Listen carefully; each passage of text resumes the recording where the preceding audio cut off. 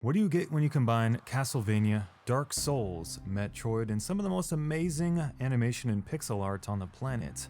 You get Dead Cells. And today I'm going to give you my first impressions of this upcoming rougevania action platformer, so let's go ahead and jump into it.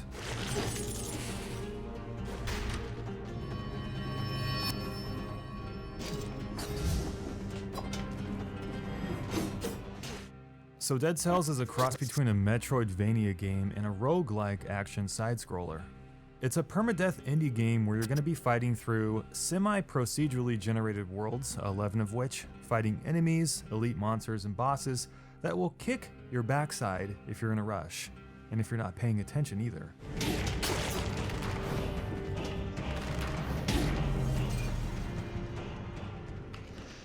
But Dead Cells isn't completely procedurally generated. A lot of the interior map algorithms have been hand-designed for the sake of consistency, and we're going to talk about that in a little bit. You play as an unknown main character without a head, trying to get as far as you can without dying. If you die, you lose your gold and you start back at the beginning, a place called the Prisoner's Cells. You start every run here, mysterious jars hanging above you that slowly start to fill up with the items you found on your adventures. But you don't really start from scratch every time. You keep all of your upgrades, which you purchase with cells you collect from fallen enemies. So it doesn't feel as crippling a game as some of the other roguelike games that strip you down to your bare ass once you die. Some of the upgrades also make death easier, such as the gold upgrade, which allows you to keep a certain percentage of your gold upon death. And you can pick up that gold again from fallen enemies, and has a sole purpose of being cashed in for items at the various shops you'll encounter on your journey through Dead Cells. So does Dead Cells get procedural generation right? Traditional procedural generation has several issues that I can tell. A fully random game has the potential to feel kind of static and not tailor-made, which translates into boring levels, and more importantly, messy and inconsistent design. Games like Spelunky got around this by hand-designing much of the interior of the levels, the pathways, the environmental objects, enemy placements and such, and then designed algorithms to mix and mash these elements to create randomization. It worked well because it felt handmade, yet the environments always changed. Dead Cells does the same and it works. Every single room you run through feels different, and it doesn't ever feel like it was made by a computer. I never encountered any dead ends or ropes or jumps leading to nothing. It all felt very organic, and I think the game should be praised for that. Teleportation is also integrated into Dark Cells very well. There's no doubt about it, it just promotes exploration, knowing that a warp pod is never too far away, so you might as well follow every path you come across. Dead Cells has some amazing things going for it. Let's get the elephant out of the room right away. Dead Cells is gorgeous. It's got what I would call good pixel art. It looks retro, but it feels modern. It's the best way I can describe it.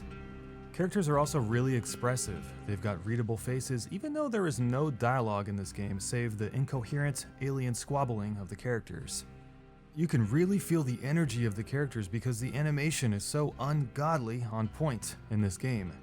You wouldn't guess it, but there were only 2 artists and 7 total team members at Motion Twin that created Dead Cells. But outside the animation, the environments have a lot of detail and the music is just fantastic.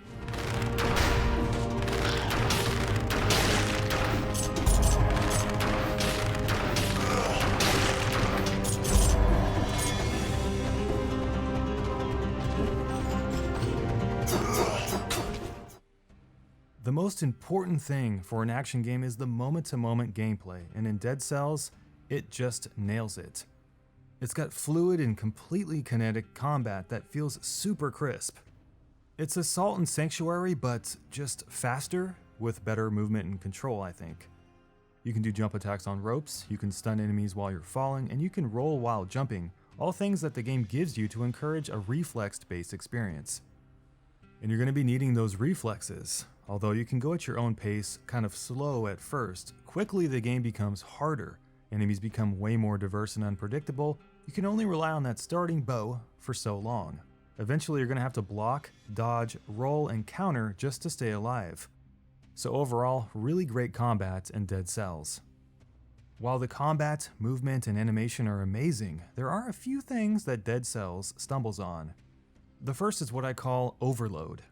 When you start the game, there's very little introduction, and as soon as you pick up your first item and talk to the creepy dude to your right, you'll jump in and immediately be thrown into combat, which is fine. However, there is a lot of stuff you need to manage right out of the gate. You have 2 items for A and Y, usually like a sword and a shield. You have 2 items on the bumpers, usually bombs or traps. Then you have another item on the left trigger, usually another weapon or a potion. So there is a lot of stuff you need to keep track of. I think a lot of players are going to be begging for some progression to this degree, a slower introduction of items so you could really get familiar with your tools to avoid this kind of sensory overload. In Dark Souls, you really only had 2 things to worry about, attacking and defending with 2 items. Magic was introduced slowly as well as miracles and new items. The pacing just felt right because you really became intimate with your abilities and your weapons. In Dead Cells, it doesn't feel this way, it feels kind of overkill. But after, of course, an hour, it all becomes second nature, so it's not really a deal breaker in the end. I just hope that new players won't get frustrated with how much the game throws at them early on. However, I do imagine that hardcore speedrunners and fans of these games will actually appreciate this lack of handholding.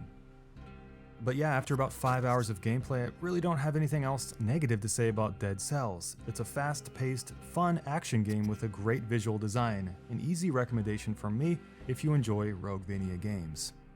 You guys can pick up Dead Cells when it launches into early access on May 10th for $16.99 or your regional equivalent, with a 15% launch discount for the first week. Thanks for watching, guys. Please leave me your feedback for this first impression style video. It's the first one I've done, so make sure to hit the thumbs up button if you want more of these in the future. And subscribe here to get notifications when we release all of our new videos. Have a kick-ass day, guys. We'll see you next time.